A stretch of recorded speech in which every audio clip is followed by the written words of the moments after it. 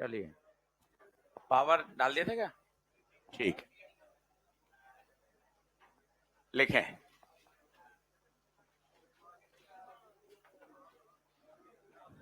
Heating effect of current. Star लगा के रखिए, हर साल इससे सवाल आता ही आता है।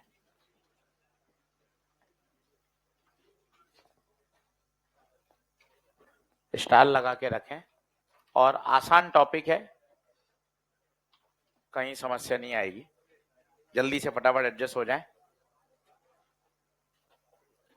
एक वो मीटर ब्रिज वाली ईएलपी थी, ईएलपी नंबर 11 हो गई थी क्या पूरी?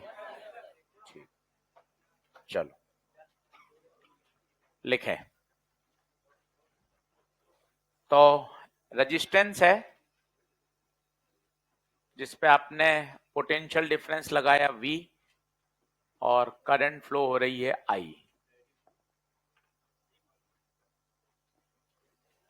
पोटेंशियल डिफरेंस लगाया V, करंट फ्लो हो रही है I।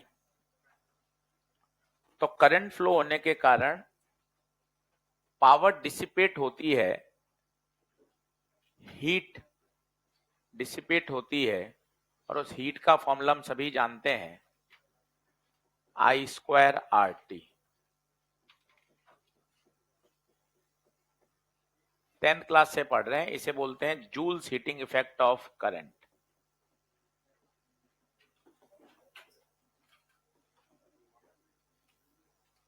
प्रश्न पैदा होता है, आशीष सर ये हीट आ कहां से रही है? तो दो बातें, और energy neither be created nor be destroyed. तो हीट तो एनर्जी का फॉर्म है, और हम ये जानते हैं कि वायर में जब हम करंट फ्लो करते हैं तो वायर गर्म हो जाता है। तो दो बातें कि इस हीट का कारण क्या है।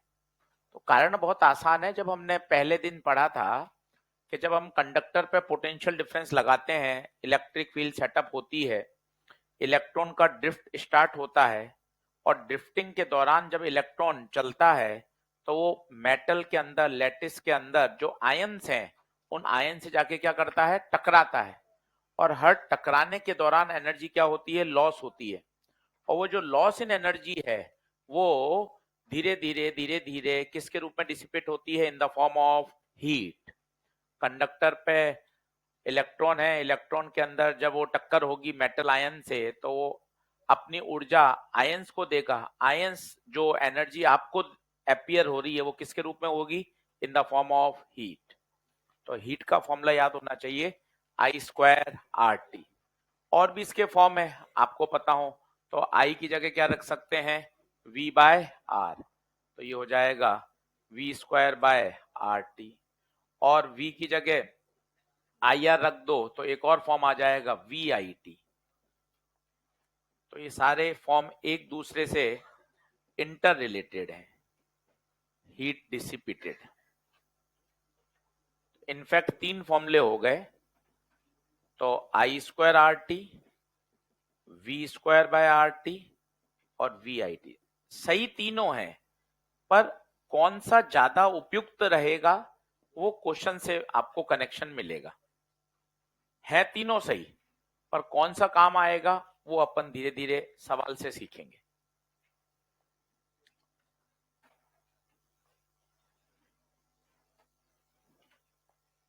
अब सबसे इंपॉर्टेंट क्या है, अब आपने याद तो कर लिया V, पर क्या आधा अधूरा बेकार रहता है। अब जैसे मान लो ये 3 ओम है, ये 6 ओम है, और यहां आपने लगाया मान लो 9 वोल्ट, है ना। अब मैं आपसे पूछूं 6 ओम में हीट बताओ, तो आपने कहा अरे यार V दे रखा है, तो सीधा फॉर्मूला लगा दिया V²/RT। V कितना है, 9। अब ये गलत है, पूछो क्यों। V कौन सा चाहिए, उस रेजिस्टेंस के अक्रॉस कितना वोल्टेज आ रहा है। उस रेजिस्टेंस के अक्रॉस 9 वोल्ट नहीं आ रहा, 9 वोल्ट का क्या करना पड़ेगा, डिस्ट्रीब्यूशन। तो ये गलत हो जाएगा। छोटी सी बात है, पर समझिए बात को। आपने याद कर लिया V²/RT, पर V क्या है, V क्या है, जिस रेजिस्टेंस पे हीट निकाल रहे हैं उसके अक्रॉस पोटेंशियल डिफरेंस। तो पहले इस 9 वोल्ट का क्या करना पड़ेगा, डिस्ट्रीब्यूशन करना पड़ेगा। उसके बाद फिर हीट का फॉर्मूला लगेगा। तो एक छोटी सी बात है, ध्यान दीजिए। उसी तरह से जैसे दो रेजिस्टेंस हैं, ये सब अभी सवाल आने वाले हैं, 2 ओम 4 ओम और यहाँ 5 एम्पियर करंट आ रही है। अब आपने हीट निकाली 2 ओम में, बताओ। तो आपने कहा अच्छा आई दे रखा है, तुरंत आपने लगा दिया आई स्क्वायर आर टी और आई ले लिया 5। गलत हो जाएगा भाई ये। क्यों गलत हो जाएगा? 5 तो टोटल करंट है, हमें करंट किस में चाहिए? 2 ओम में। तो ये लगाना गलत है। तो एक अप्रोच पता होनी चाहिए कि V कौन सा है। V है उस रेजिस्टेंस के अक्रॉस, करंट कौन सी है? उस रेजिस्टेंस में फ्लो होने वाली। लिख लीजिए, बना लीजिए, ये दोनों बात लिख लें। छोटी सी बात है पर काम की बात है, बहुत जगह आपको यूज आएगी। तो सीधा V स्क्वायर बाय R ना लगाकर आपको ये सोचना चाहिए V क्या है? V है उस रेजिस्टेंस के अक्रॉस पोटेंशियल डिफरेंस।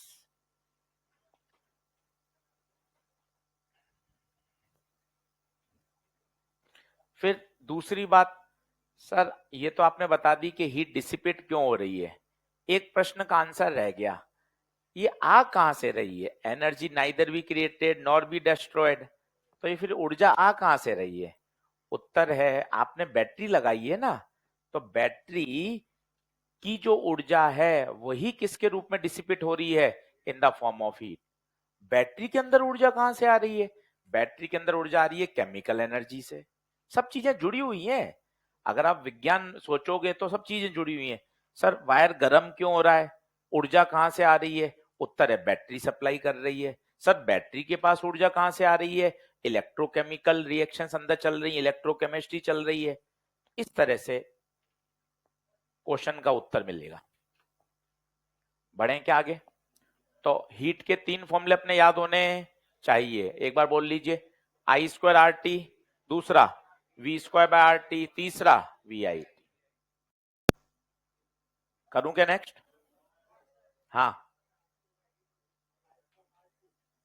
आई स्क्वायर आर टी, हाँ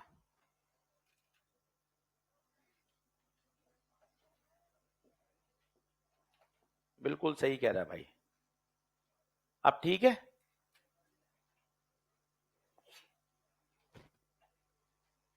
जल्दी आए, फटाफट एडजस्ट होए।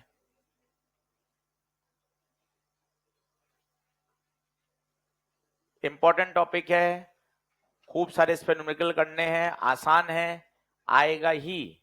स्टार लगा के रखिए, 2025 में हर साल आता है इस पे सवाल, पावर एंड हीटिंग इफेक्ट पर। यहीं आएंगे कल बल्ब वाले सवाल, कौन सा बल्ब फ्यूज होगा, किस बल्ब की ब्राइटनेस ज्यादा होगी, और बहुत आसान सवाल है, कहीं कोई दिक्कत नहीं है। लास्ट टॉपिक पे आ चुके हैं। इसके बाद एक ही बचा है, गैलोन मीटर, अमीटर और वोल्ट मीटर। चैप्टर पूरा हो जाएगा। कैपेसिटर शुरू करूंगा इसके बाद। बढ़े आगे, चलो अब नीचे लिखिए पावर। पावर क्या होता है?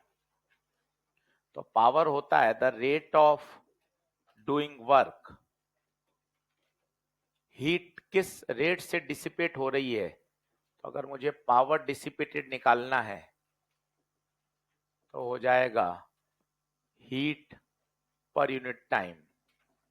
तो सोचिए, टाइम से डिवाइड करूंगा तो जहां जहां टाइम आ रहा था वो सारे के सारे कैंसिल हो जाएंगे।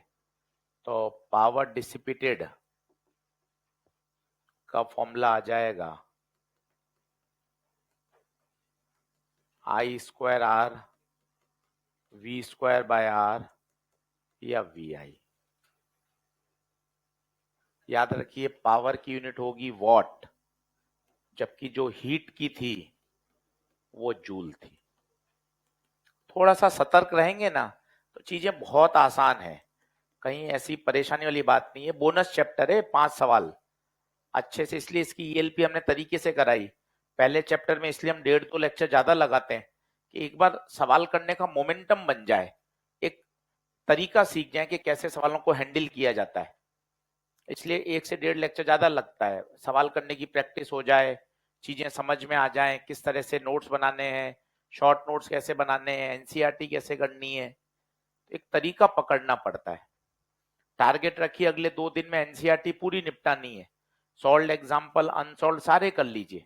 चैप्टर खत्म हो उससे पहले अपनी एनसीईआरटी तैयार हो जानी चाहिए।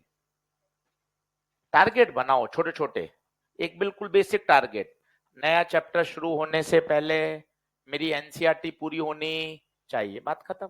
3 दिन है नया चैप्टर में, 3 दिन का टारगेट लेके चलो। 3 दिन में अपन को एनसीईआरटी पूरी करनी है, सारे सॉल्व करने हैं, सारे अनसॉल्व करने हैं, बात ही खत्म।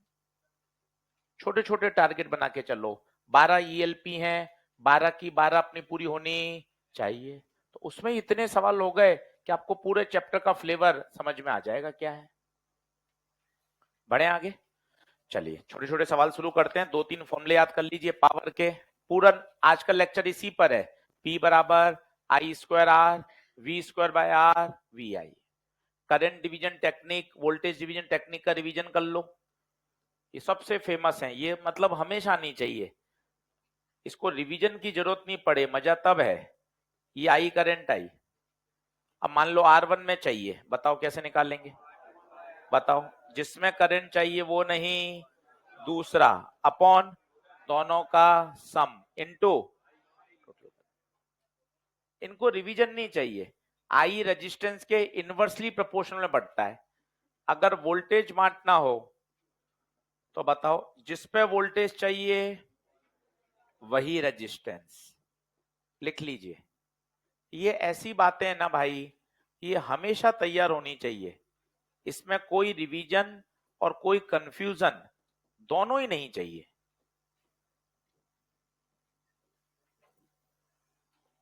थोड़ा सा पढ़ने का ढांचा चेंज करिए, 15 से 20% समय रोज रीडिंग में दीजिए। Reading, NCERT reading, short notes बनाने में, लर्निंग में, ये दीजिए। मान लो हम 5 घंटे पढ़ते हैं तो 5 में से 1 घंटा समय रोज शॉर्ट नोट्स बनाने में दीजिए, एनसीईआरटी की क्वेश्चन रीडिंग, एनसीईआरटी के क्वेश्चंस की लैंग्वेज और चीजों को सीखने में 1 घंटा रोज लगाइए। आप जितना समय यहाँ धीरे धीरे धीरे आप इन्वेस्ट करते जाएंगे, चीजें चेंज होंगी। बाकी 4 घंटे अपनी रेगुलर प्रैक्टिस करिए जो करते हैं। 1 घंटा फिक्स कर लीजिए, मुझे एनसीईआरटी ही करनी है, तीनों सब्जेक्ट में 1 घंटा फिक्स कर लीजिए कि यार 1 घंटा, कभी आज फिजिक्स की एनसीईआरटी करी है, कल केमिस्ट्री की है, डेडिकेटेड। जब तक रीडिंग नहीं करोगे तब तक मजा नहीं आएगा। रीडिंग फास्ट होनी चाहिए। आप क्वेश्चन तो प्रैक्टिस करते हो, रीडिंग तेज रीडिंग, जितना फास्ट रीड कर पाओगे उतना समय बचेगा। चलिए सब आगे बढ़े, लिखिए पहले क्वेश्चन से शुरू करते हैं। तो मुझे करंट डिवीजन आना चाहिए, वोल्टेज डिवीजन आना चाहिए, पावर के 3 फॉर्मूले। अब 20 सवाल खुल गए एक साथ, 20 सवाल कर सकते हो क्योंकि उनके पीछे का बैकग्राउंड केवल ये स्लाइड है और ये स्लाइड पूरी आपको ऑलरेडी याद है। मतलब ऐसा एक भी नहीं है जो बात अपन को क्लास शुरू होने से पहले नहीं पता हो, सब पता है। अब 20 सवाल करके देखेंगे, अपने आप चीजें सेट होती जाएंगी। सरल टॉपिक है, अब ज्यादा दिक्कत भी नहीं है। लिखिए, ईएलपी खोल लीजिए, वहां से सवाल नंबर देखते जाइए, सवाल नंबर डाल लीजिए ताकि ध्यान रहेगा। पूरा लिखना चाहे पूरा लिख लीजिए। ईएलपी नंबर खोलिए 8, 8 नहीं होगी 9 होगी, ईएलपी नंबर 9। सवाल नंबर देखिए 13। सवाल लिखना चाहे सवाल लिख लें, क्वेश्चन नंबर डालना चाहे क्वेश्चन नंबर डाल लें, जैसा आपको सही लगे। ईएलपी खोल के रखेंगे तो वहां से फटाफट पढ़ पाएंगे। अब 1 घंटे खूब सारे क्वेश्चन कर लो तो घर जाके हम आज पूरी ये ईएलपी निपटा सकें एकदम बढ़िया तरीके से कि सर ये पूरी ईएलपी आनी चाहिए आज। अब मैं धीरे धीरे आपको आइडिया देता जाता हूं। कोई नया फॉर्मूला नहीं है, ये खुशी की बात है, पूरी ईएलपी में सब आता है आपको।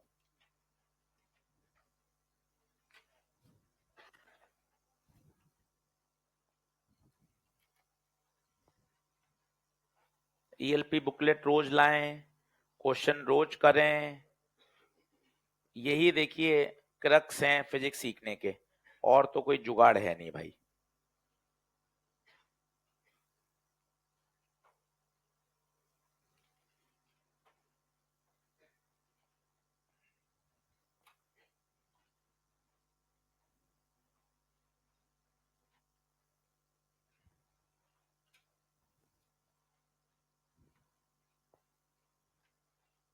फॉर्मूले सब पता है आपको। मजे की बात ये है, बस आपको थोड़ा सा सीखना है कि हाउ टू यूज।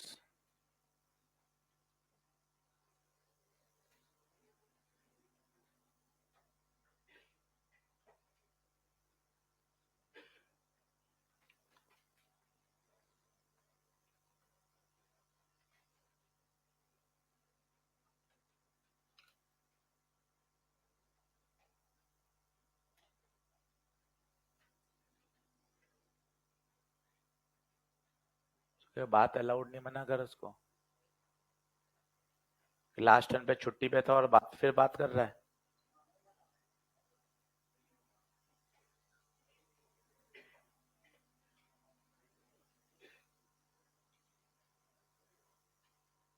चलिए, अब क्या है, कहीं ना कहीं हिंट खुलेंगे। आप ऐसी मानसिकता बना के मत जाइए कि सीधा आपके करा हुआ आएगा। कहीं ना कहीं हिंट है, आप बस उनको पकड़िए। ज्यादा से ज्यादा सवाल करने से यही तो होता है। अब मैं आपको कह तो रहा हूं पूरी ईएलपी से सॉल्व होगी, बता रहा हूं ना आपको, इससे कहीं दाएं बाएं नहीं भागूंगा। पर कब कौन सा लगाना है ये तो सवाल सिखाएगा, इसलिए तो सवाल के पीछे पड़े हुए हैं। आपको क्या फॉर्मूला याद कर लो, आप 5 मिनट में फॉर्मूला याद करके फ्री। कब कैसा लगाना है, कौन सा लगाना है, वो तो सवाल सिखाएगा। इसलिए तो कहते हैं सवाल के पीछे भागो। कॉन्सेप्ट याद कर लिए, समझ लिए, अब सवाल।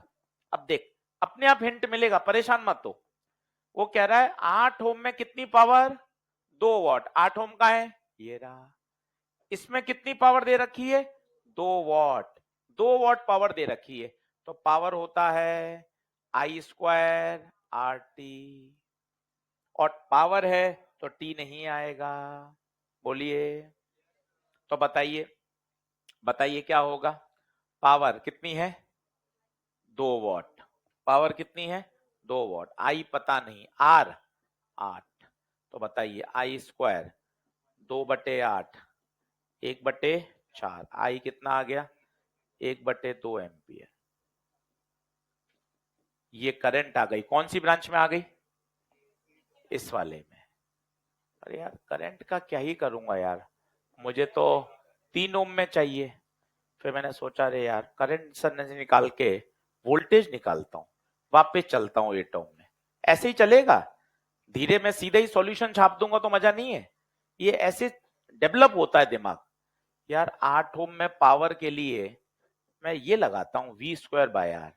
इससे देखते हैं क्या फायदा मिलता है। पावर 2, V बता, नहीं पता, R 8, तो V² बराबर 16, V 4 वोल्ट। अच्छा, तो यहां कितना वोल्ट आ गया, 4। क्या ये 4 पूरा का पूरा ऊपर भी जाएगा क्या, पूछो क्यों जाएगा, पैरेलल में है। अब पूछा किस में आपको, 3 ओम में। तो क्या करो, इस 4 वोल्ट के क्या करो, टुकड़े करो। किसके अक्रॉस वोल्टेज निकाल लो, 3 ओम के। और 3 ओम पे वोल्टेज पता चल गया तो फिर पावर पता चल जाएगी, V²/R। ये सोचना पड़ेगा चीजें।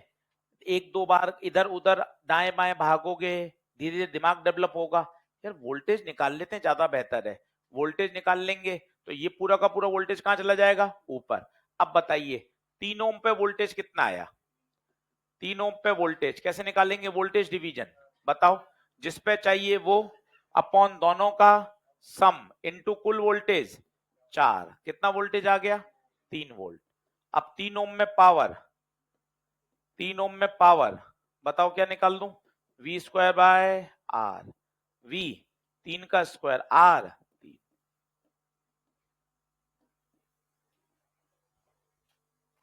अप्रोच बहुत है, बस सही समय पे क्लिक कर जाए। एक बार वापस समझाता हूं, पहले आप लिखो, फिर वापस पूरा ब्लैंक करके फिर सिखाता हूं। चीजें सोचनी है। अच्छा यार नीचे की जानकारी दे रखी है, वहां का वोल्टेज निकाल लिया, ये वोल्टेज ऊपर चला गया, उस वोल्टेज के टुकड़े हो गए, पूरा चैप्टर रिवाइज हो जाता है इसमें। इसलिए बढ़िया पावर के सवाल पूछे जाते हैं, क्योंकि इससे पुरानी सारी बातें रिवाइज होती हैं। सर इस करंट का कुछ किया ही नहीं, जरूरत ही नहीं पड़ी, ऐसे ही निकाली। आएगा इससे भी, वैसे ऐसा नहीं है कि इससे नहीं निकाल सकते।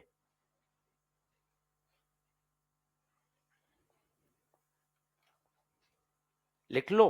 सर एक बार और समझाओ, भी सुबह सुबह आए हैं, थोड़ा सा भी नींद ही नहीं खुली है पूरी, एक बार और देखते हैं। ये हमारा टारगेट रहता है, पहली जो क्लास लेते हैं उसकी जिम्मेदारी रहती है, और अंतिम क्लास लेता है उसकी भी जिम्मेदारी रहती है। अंतिम में हम जब लेते हैं फोर्थ क्लास, तो हम ये ध्यान रखते हैं थोड़ा धीरे पढ़ाएं, क्योंकि बच्चा थक चुका होता है पहली दूसरी तीसरी पढ़ा के, तो बहुत अलग माइंडसेट से पढ़ाना पड़ता है। आपको लगता है आ रहे हैं जा रहे हैं, ऐसा नहीं होता, बहुत अलग अलग तरह के माइंडसेट रखने पड़ते हैं। पहली क्लास में आए तो पहले आधा घंटा बहुत संभल के पढ़ाना पड़ता है, बच्चा भी आया ही है, उसको भी नींद ही नहीं खुल रही, और दमादम आप फिजिक्स शुरू कर दी आपने, तो बहुत धीरे धीरे लेके चलना पड़ता है, पुचकार के चलना पड़ता है। रात चौथी वाली क्लास में आते हैं, थोड़ा धीरे पढ़ाना पड़ता है कि नहीं बच्चा थक चुका है, अभी इसको एकदम तेज भाग पढ़ा दोगे भाई ये घर जाके बिफर जाएगा बिल्कुल, क्या हुआ आज मेरे साथ, है ना, इसलिए। और क्या, तो बहुत अलग अलग माइंडसेट से काम करना पड़ता है, तब जाके चीजें कंट्रोल हो पाती हैं। चलिए वापिस समझाता हूं, ठीक है। ये इरेज इरेज ऑल। चलो अब सब लोग बोर्ड पे देखो, कैसे अप्रोच बढ़ाएं। अप्रोच सवाल सिखाएगा, ये बात ध्यान रखो, फॉर्मूले वही हैं। अब क्या अप्रोच आ रही है यार, 8 ओम में 2 वॉट दे रखी है, तो मसाला तो यही है। तो आपने सोचा 8 ओम में पावर, पावर के फॉर्मूले होते हैं V square by R, power कितनी, पावर 2, वी पता नहीं, आर 8, 8 दूना 16, 16 का स्क्वायर रूट 4 वोल्ट। पूरा बोलो ये 4 वोल्ट क्या है, इस 8 ओम के अक्रॉस वोल्टेज, अच्छे शब्द बोलो, 8 ओम में वोल्टेज ना, 8 ओम पर वोल्टेज ना, 8 ओम के अक्रॉस, अच्छे शब्द बोलो, अच्छे शब्द फिजिक्स को कनेक्ट करते हैं, इसके अक्रॉस। और ये 4 पूरा का पूरा ऊपर भी जाएगा, पूछो क्यों, क्योंकि पैरेलल में पोटेंशियल क्या रहता है, सेम, तो ये 4 ऊपर भी चार्ज जाएगा।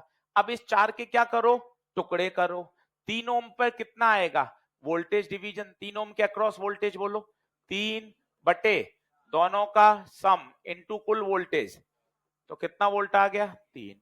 अब 3 ओम में पावर डिसिपेटेड बताओ, वी स्क्वायर बाय आर, 3 बटे 3, खत्म।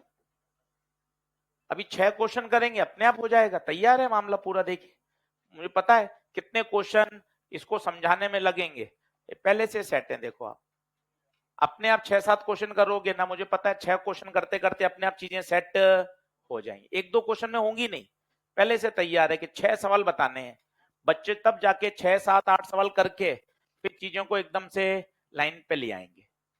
तो एक सवाल में नहीं है, हमें भी पता है कि एक सवाल में हवा ही नहीं लगती, दूसरे में देखते हैं। चलिए अप्रोच डेवलप करिए, विजन खुला रखिए कि नहीं सर न्यूमेरिकल करेंगे सब अच्छा हो जाएगा, कहीं परेशान नहीं होना पड़ता, सवाल के साथ जूझना पड़ता है। कौन सा नंबर है बताओ, 15। डायग्राम बनाइए और बिंदास समय दीजिए सवाल को, ऐसा मत समझिए कि जादू हो जाएगा, सवाल के साथ लड़ाई लड़नी पड़ती है, तरीका यही कहता है भाई।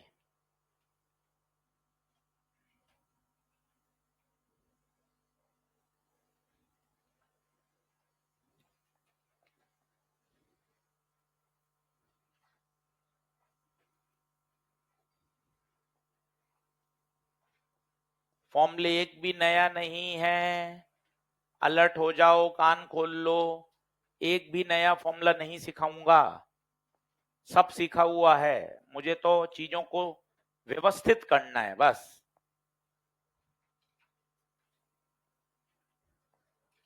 अब बताओ क्या कह रहा है, पावर डिसिपेटेड इन द, भाई सर्किट का मतलब क्या, पूरा, पूरे सर्किट की पावर, इसका मतलब अगर मैं V मुझे दे रखा है तो मुझे तो V स्क्वायर बाय आर चल रहा है, आर कौन सा लूंगा, आर नेट, कैसे हवा लगी, आर नेट क्यों, power dissipate in the circuit, circuit की कुल पावर, तो कुल पावर की रेजिस्टेंस भी कुल रेजिस्टेंस निकालना पड़ेगा, खत्म हो गया। 5 और आर किस में है, पैरेलल में, याद करो R1 R2 upon R1 plus R2, खत्म, ये भैया आर नेट आ गया। अब क्या कर, उस फॉर्मूले में सारी वैल्यू तू जानता है, मस्त डाल दे। पावर बराबर वी स्क्वायर बाय आर।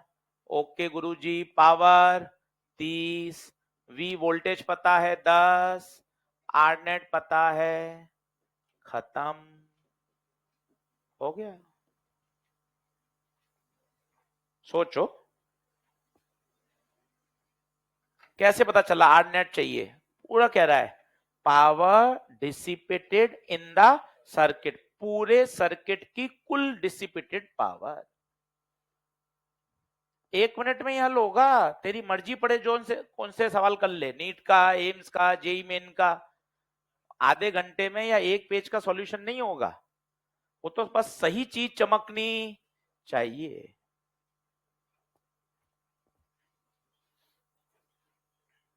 बोलिए क्लियर है क्या? चलो बताओ कितना।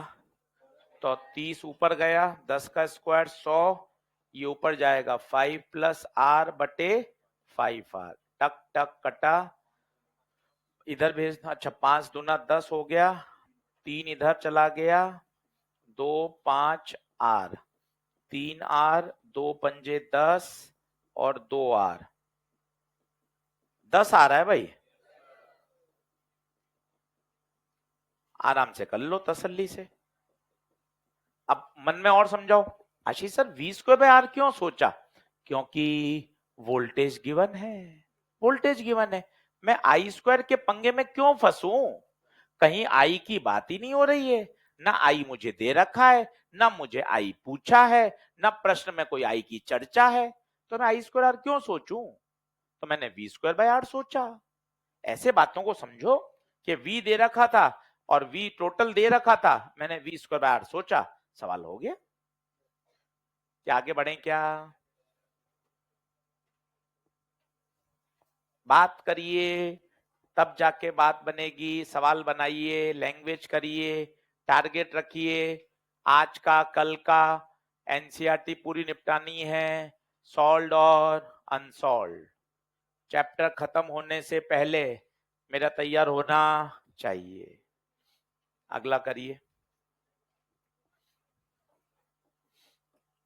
सिर्फ डायग्राम बना लीजिए, ऑप्शन वगैरह मत लिखिए, क्वेश्चन नंबर डाल लीजिए, सिर्फ डायग्राम बनाइए। क्वेश्चन पूरा ईएलपी में लिखा हुआ है, सवाल नंबर डालिए और सवाल को रिलेट करिए।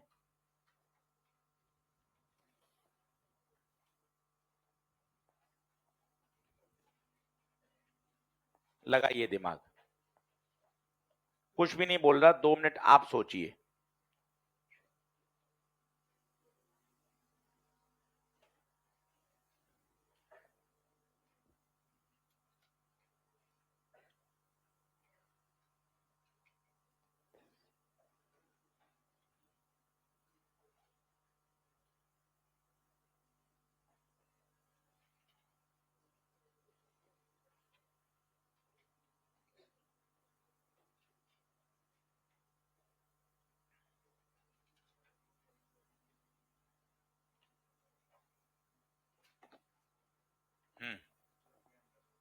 सारे आर हैं तो पहले इनको आर बना दो, नहीं तो R1 R2 R3 में चमकेगा ही नहीं।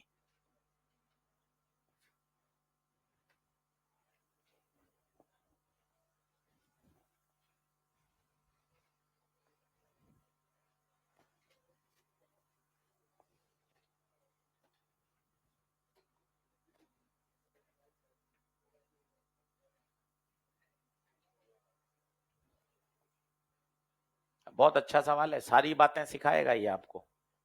फॉर्मूले तेरे वो ही हैं, पुराने हैं, बस अप्लाई करना सीख।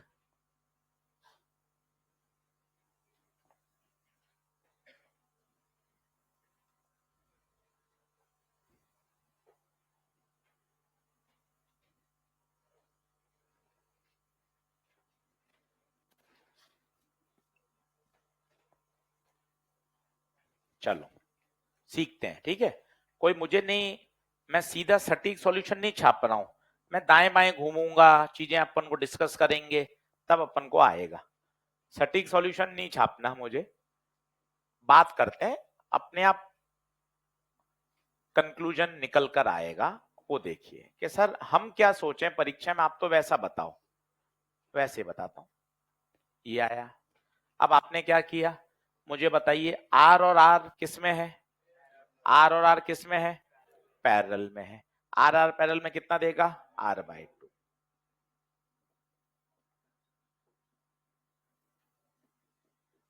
बोलिए क्या ये बात ओके है? ठीक है। अब आपने R और R/2 को सीरीज में ही कर दिया, आप रुकते ही नहीं हो ना, जो जो आ रहा है आप वो तो कर ही देते हो, आप रुक ही कहां रहे हो, आप तो धमाधम आगे से आगे करते जा रहे हो। लो सर, पर इससे फायदा क्या मिल रहा है? कोई उसने टोटल पावर पूछी है क्या? आप तो भागते जा रहे हो सर, जो आता है वो तो मैं उतना करके ही आऊंगा। माइनर में यही तो करते हैं, पर आपने क्या पूछा गुरुजी, इतना नहीं सोचता मैं, जो मुझे आता है अपन तो वही करते हैं, इसलिए अपने नंबर नहीं आ पाते। अपन को परीक्षक की लैंग्वेज समझनी है ना भाई। आपने तो देखा, भर चलो जवान, फटाफट पैरल लगाए, सीरीज लगाए, सर लो सर, अरे सर करूंगा क्या मैं, कुछ पूछा ही नहीं इसने टोटल पावर। तो और दिमाग लगाओ कि यार ऑप्शन देखिए, least, greatest, ratio, same, parallel, ये है। फिर मैंने सोचा यार, यहां से अगर आई करंट निकलेगी तो ये आई करंट यहां दो बराबर भागों में बटेगी। जब मुझे रेशियो ही चाहिए, मुझे टोटल चाहिए नहीं, तो मैं कहां इन चक्करों में पड़ रहा हूं? क्या फायदा इसका? यहां से आई करंट आई, सर ये बराबर क्यों बांटी? दोनों रेजिस्टेंस बराबर थे। अब जब तुझे आई का आइडिया लग गया तो तू सोचेगा P बराबर I²R, तीनों के रेजिस्टेंस बराबर हैं, R same, power is proportional to, जिसमें करंट ज्यादा उसकी पावर भी ज्यादा। हर सवाल के लिए मत रटिए, सवाल टू सवाल दिमाग दौड़ाना पड़ेगा। सबके प्रतिरोध, सबके रेजिस्टेंस बराबर हैं, तो आर कट गया, power is proportional to I², जिसमें करंट ज्यादा उसकी पावर भी। अब बता, सबसे ज्यादा करंट किस में है? R1 में। R1 में करंट ज्यादा है, तो पहला कंक्लूजन, R1 में पावर ग्रेटेस्ट होगी, R1 में पावर ग्रेटेस्ट होगी। ये कह रहा है लीस्ट इन R1, गलत, ग्रेटेस्ट इन R1 सही। अगर तू इतना कॉन्फिडेंट है तो बात ही खत्म हो गई। पर तुझे अभी थोड़ा लग रहा है कि नहीं सर, अभी तो अपन बात कर रहे हैं, और समझाओ ना, तीसरे चौथा भी समझ लो, दिमाग ही खुलेगा। चल समझ ले, ये पावर आ गई। अब आगे चल, ये R2 है और ये R3 है, क्या इन दोनों का रेजिस्टेंस सेम है? क्या इन दोनों में करंट भी सेम है? इसका मतलब power dissipated in R2 and power dissipated in R3 is same. तो देख लो, कुछ ऐसा ऑप्शन है क्या R2 R3 का? The same in R1 and the parallel combination of R2 and R3। ठीक है, आगे बढ़ते हैं। In the ratio 1:2 resistance R1 and R2, कह रहा है R1 और R2 में जो पावर डिसिपेटेड वो कितने हैं? 1:2। नहीं होगा, क्योंकि पावर क्या है? I², यहां I और यहां I/, तो I/2 का स्क्वायर करेंगे तो 1/4 आएगा। सर मौखिक नहीं आ रहा समझ में, लिखित कर ले, पावर डिसिपेटेड इन R1 अपॉन पावर डिसिपेटेड इन R2। बोल, R1 में करंट कितनी? I, R2 में करंट कितनी? I/2।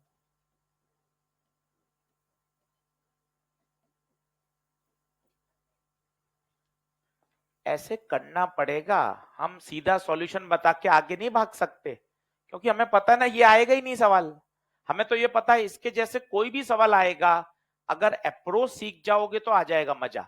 अप्रोच सीखो ना, आई करंट आई, दो भागों में टूटी, सबका आर बराबर है, तो डिसाइडिंग फैक्टर कौन है?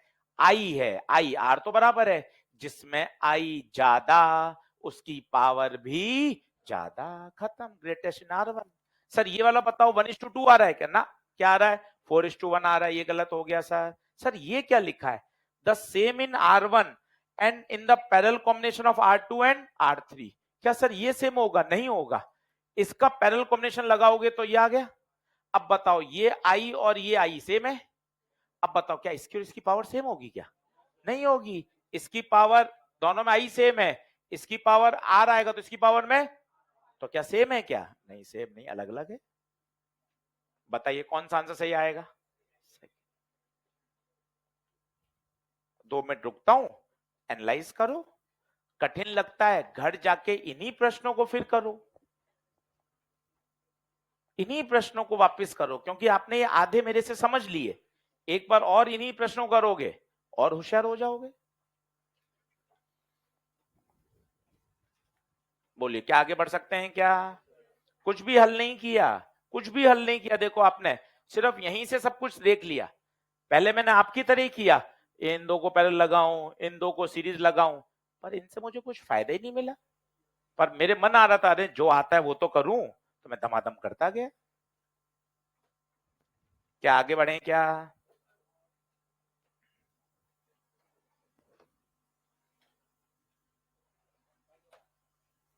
बोलो अगला। चलो अगला मैं खुद लिखाता हूं एक, लगाओ दिमाग। ठीक है, अब 15-20 मिनट हो गए, नींद भी खुल गई है, थोड़ा अच्छा सवाल देता हूं। अच्छा मैं कुछ नहीं है, सोचना है, फॉर्मूले कोई भी नया नहीं है।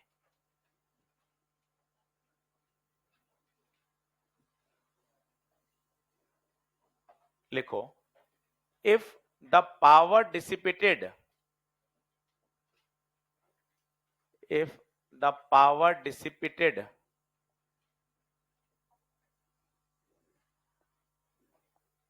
in the 9 ohm, if the power dissipated in the 9 ohm is 36 watt, 36 watt, then calculate the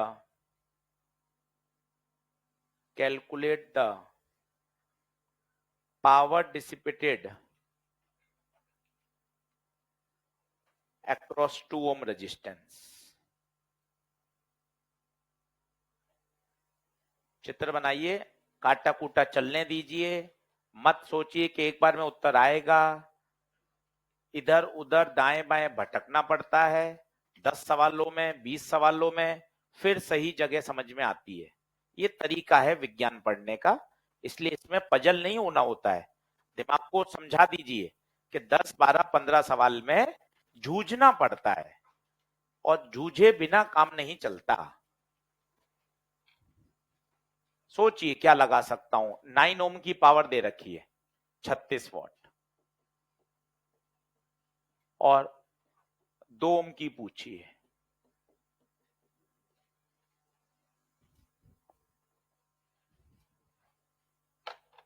बैठना सबसे घातक है बस, बाकी पेन चल रहा है। मुझे सही गलत की चिंता मैंने कभी नहीं करी, ना अपने बच्चों से करवाई कि यार सही गलत कुछ नहीं होता, अटेम्प्ट होता है सबसे इंपॉर्टेंट।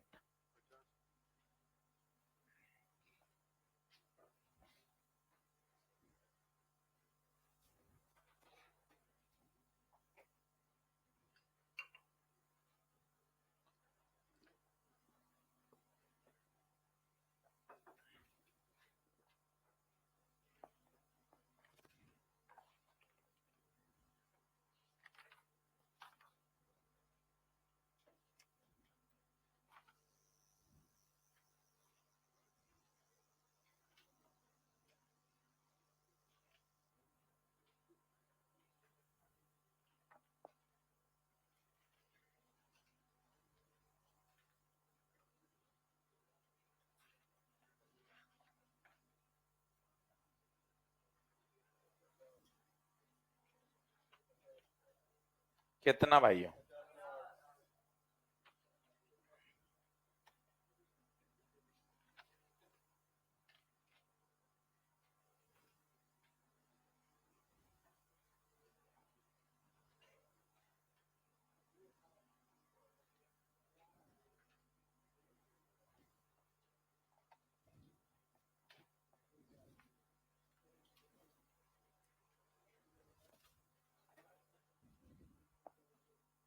चलो सीखें, आओ। पहले सर मुझे क्या क्या चाहिए? पावर के 3 फॉर्मूले हैं यार, V square by R, I square R V I. पहली बात तो ये तुझे पता होनी चाहिए। और basic common sense current electricity का 15-16 लेक्चर हो गए, वो बेसिक कॉमन सेंस डेवलप हो चुका है। 9 ओम में 36 है, तो मैंने सोचा यार आई स्क्वायर आर लगा दूं। सोचता हूं, मुझे नहीं पता क्या सही होगा। पावर कितनी 36, आर कितना 9, तो आई स्क्वायर 9 का पहाड़ा 4, आई कितना आ गया 2, आई 2 आ गया। इसमें कितनी एम्पियर आ गई 2 एम्पियर। ठीक है सर। किसी ने ये नहीं सोचा, किसी ने सोचा मैं आई स्क्वायर आर क्यों सोचूं, मैं तो वी स्क्वायर बाय आर सोचूंगा। दिक्कत क्या है? मुझे क्या पता सही सॉल्यूशन क्या छुपा हुआ है। आप अपना रटा हुआ सॉल्यूशन छाप दोगे, उसमें मुझे क्या फायदा। मेरा दिमाग क्या सोचेगा वो मायने रखता है ना भाई। मैं आई स्क्वायर आर नहीं सोच रहा, मैं तो वी स्क्वायर बाय आर सोचूंगा गुरुजी। ये कर ले भाई। Power 36, R 9, V square 36 into 9, तो वी 36 का 6, 9 का 3, वी कितना 18। मुझे लगता है कि आपने इन दोनों में से कुछ तो सोचा होगा, कुछ तो सोचा होगा। इसका मतलब यहां कितना आ गया 18 वोल्ट। 2 एम्पियर से भी आ सकता था, सोचो। V बराबर आई इंटू आर, 18 आ रहा है। ये 18 आ गया तो क्या यहां भी 18 है क्या? पूछो क्यों? पैरेलल है। सोचो यहां करंट आ सकती है क्या? वोल्टेज पता है, रेजिस्टेंस पता है, आई बराबर यही लिख दो V बाय आर। मौखिक करो, 18/6, 3, यहां 3, ऊपर से 2, 3 और 2 5, 5 यहां भी 5। बताओ इसके हिस्से में 5, तो 2 ओम में पावर आई स्क्वायर आर, आई 2, नहीं आई 5, are 2।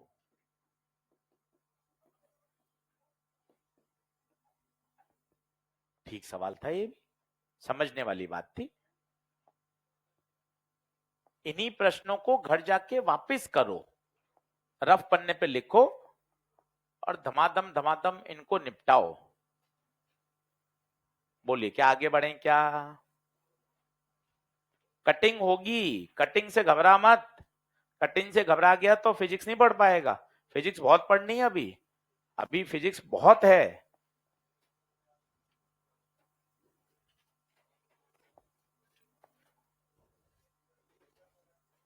We square by are से कहां करोगे? इसके आगे यहां वी स्क्वायर बाय आर, तो फिर क्या करना पड़ेगा, फिर वोल्टेज लगाना पड़ेगा यहाँ का, थोड़ा सा और लंबा हो जाएगा, करंट से जल्दी हो जाएगा। ये वाला वोल्टेज नहीं पता ना अपन को नीचे का, किधर 18 जाएगा? नीचे 18 थोड़ी ना जाएगा, नीचे 18 नहीं जाएगा भाई, पैरेलल में थोड़ी ना है, बीच में बैटरी लगी हुई है ना। अगर ये ऐसा होता 9, 6 और 2 तो जाता, नीचे बैटरी है भैया। 9, 6 पैरेलल में लग के वो 2 के साथ किस में जाएंगे, सीरीज में, पैरेलल में थोड़ा जाएंगे।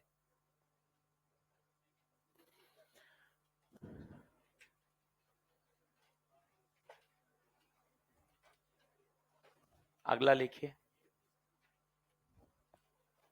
ईएलपी में नहीं है,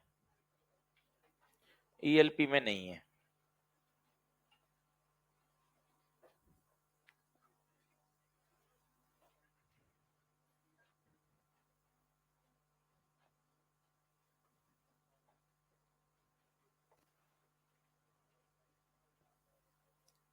सही आंसर आपके पास आ गए हैं।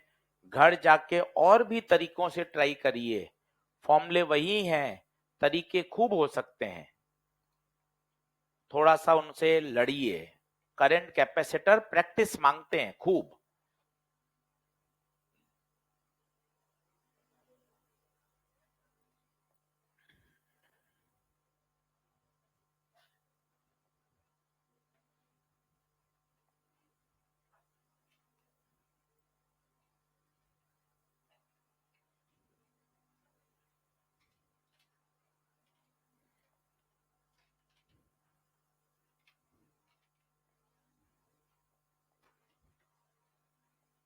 खुद सोचिएगा, अपना समय लीजिए, 10 मिनट ज्यादा लगेंगे, एक सवाल कम होगा, कोई दिक्कत नहीं, पर जितने करोगे वो दमदार करोगे।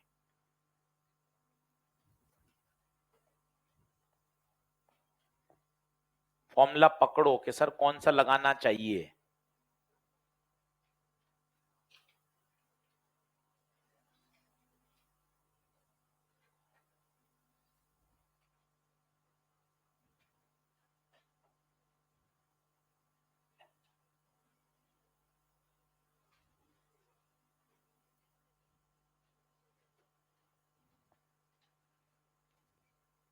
कितना? 2:1। चलो, क्या कह रहा है? दो रेजिस्टेंस हैं 100 और 200 कनेक्टेड इन पैरेलल। ठीक है, कनेक्टेड इन पैरेलल, सीधा पहला अटेम्प्ट, दोनों पे वोल्टेज सेम होगा, यहां भी तो यहां भी, तो बताओ कौन सा लगाना चाहिए? ये क्यों चमका? पैरेलल। अब मुझे इसको माइनर में बनाना है। एक हम लगाते हैं D P Y Q, derived P Y Q. 2-3 जो मेजर टेस्ट होते हैं हम उसमें एक पेपर ऐसा बनाते हैं जो सिर्फ पी वाई क्यू से डिराइव्ड होता है। वही क्वेश्चन नहीं होता, हल्का हल्का उसमें चेंज करते हैं। पूरी टीम को हम इंस्ट्रक्शन यही देते हैं, ऐसा पेपर बना के लाओ जो पी वाई क्यू पर आधारित हो। सब 5-5, 10-10 सवाल बना के जमा कराते हैं, फिर हम पूरा पेपर सेट कर देते हैं। अब जैसे ये पैरेलल है, अब इसमें हल्का सा चेंज क्या करना है? सीरीज करना है बस। तो बताओ v² आर नहीं लगेगा, क्या लगेगा? i² आर लगेगा, क्योंकि सीरीज में आई क्या रहता है? सेम। तो ऐसे कॉन्सेप्ट को पकड़ो, उत्तर मत रटो। अच्छा पैरेलल में है, पैरेलल में v सेम रहता है, गुरुजी ये फॉर्मूला लगाओ, तो power is inversely proportional to R. खत्म। पावर चाहिए 100 ओम बटे पावर इन 200 ओम, उल्टा चलेगा, उल्टा। तो 200 ऊपर 100 नीचे। 1 मिनट में ही सॉल्व होगा, 1 मिनट में। थर्मल एनर्जी का मतलब पावर, वही हीटिंग एनर्जी, हीट एनर्जी। बोलो क्लियर है क्या? क्या बात समझी है? बढ़े आगे, चलिए अगला करिए।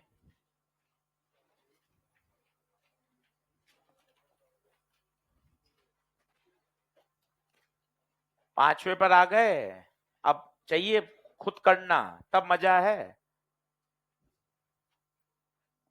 क्वेश्चन की कमी नहीं है, क्वेश्चन तो आगे से आगे सेट होते जाते हैं। लगाओ दिमाग। ईएलपी में है नहीं है? देखो एला, नहीं है तो लिख लो।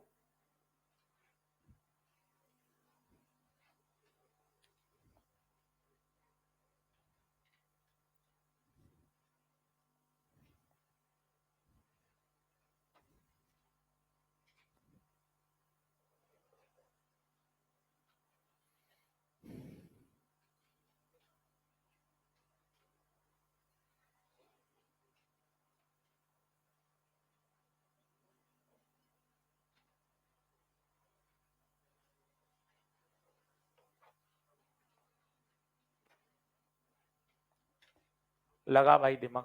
अब ये तो अच्छी बात हो गई, टोटल पावर, तुझे खुशी मिलनी चाहिए। अच्छा टोटल में तो चलो यार दिमाग नहीं लगाना, टोटल वोल्टेज पता है, टोटल रेजिस्टेंस निकाल ले, हो गया सवाल।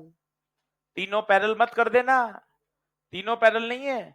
पैरेलल की एक देसी पहचान आप भूल गए, एक सिरा एक तरफ, एक सिरा 6 और 3 का एक सिरा एक तरफ है और दूसरा सिरा भी एक तरफ है। 4 पैरेलल में नहीं है, 4 का एक सिरा दूसरा कहां है? बीच में बैटरी फंस गई ना भाई, जल्दबाजी में नहीं, सिर्फ 6 और 3 पैरेलल में है। सबसे बेसिक, पैरेलल का सबसे बेसिक, दोनों वायर का एक सिरा एक तरफ, दोनों वायर का दूसरा सिरा एक तरफ, ये एक एक तरफ है। 6 और 3 पैरेलल में, 4 नहीं होगा, 4 का एक सिरा तो है, दूसरा सिरा दूसरी तरफ नहीं है।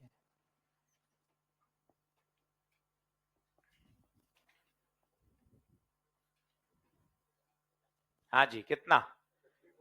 6 और 3 पैरेलल में 6 इंटू 3 बटे 6 प्लस 3, 18/9 कितना 2। नई फोटो बना लो क्योंकि आपको अप्रैल तक रिवाइज करनी है। एक नई फोटो और बना लो, कोई टेंशन नहीं है। अब बता दोनों किस में, सीरीज में, क्यों करंट दोनों में क्या रहेगी, सेम। ये देख, नए सर्किट डायग्राम बना लो, कोई टेंशन नहीं है। थोड़ा सा समय ज्यादा लगता है पर बाद में जब कॉपी पढ़ोगे तो मजा आएगा। 6 और 3 पैरेलल में, 2 और 4 सीरीज में। अब लगा दो, पावर बराबर V²/R नेट, V 18 और R 6, 6 3 18 और 18 3 54 वॉट। देख ले भाई,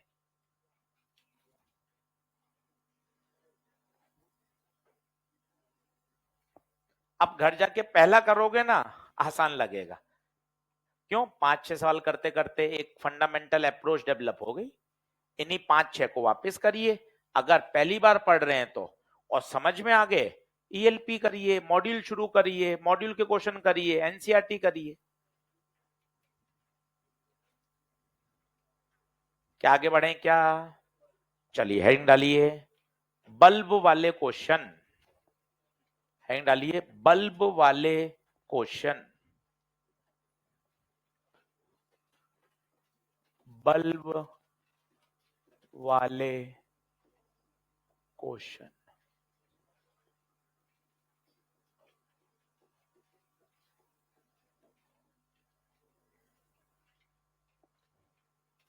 बल्ब वाले क्वेश्चन स्टार लगा के रखो। सामान्यता बल्ब वाले सवाल खूब आपको किताबों में, मॉड्यूल में, पेपर में दिखाई देते हैं और बहुत आसान होते हैं, कहीं घबराने वाली बात नहीं होती। चलिए पेन पेंसिल छोड़िए, पहले समझिए बल्ब का क्या फंडामेंटल होता है। जैसे ये बल्ब है, ये बल्ब का फिलामेंट कहलाता है। हम बाजार से जाके बल्ब खरीदते हैं, आप तो बल्ब नहीं खरीदते, एलईडी हो गया है। किताब में 50 साल पुरानी लिखी हुई, इसलिए बल्ब ही चल रहा है। अपन जाके बोलते हैं तो ये थोड़ा बोलते हैं भैया बल्ब दो, आप ये बोलते हो 5 वॉट का बल्ब दो, 10 वॉट दो, 50 वॉट दो। और आपने घर में भी देखा होगा, अलग अलग है, किचन के बल्ब की वॉटेज अलग है, जो लिविंग रूम में बल्ब लगा हुआ है या ट्यूबलाइट लगी हुई है उसका वॉटेज अलग है, वॉशरूम में या बाथरूम में जो बल्ब है उसका वॉटेज अलग है। हर कमरे में जो बल्ब है उसकी ब्राइटनेस अलग अलग है, उसका वॉटेज क्या है अलग अलग है।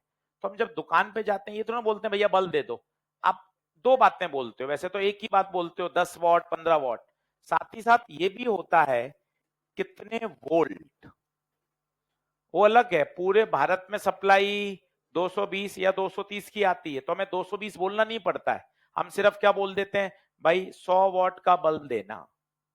ये जितने भी उपकरण आपको दिख रहे हैं, ट्यूबलाइट दिख रहा है, पंखा दिख रहा है, कैमरा दिख रहा है, एलईडी दिख रहा है, लैपटॉप दिख रहा है, टीवी दिख रहा है, ये सब 220 वोल्ट पे चलते हैं।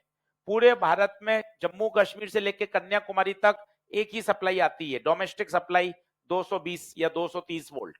बस सबकी अलग अलग क्या है, पावर अलग है, पावर। गीजर भी 220 पे चलता है पर गीजर की पावर कंजम्पशन ज्यादा है, गीजर खुला रह जाता है, मम्मी पापा की डांट अलग होती है।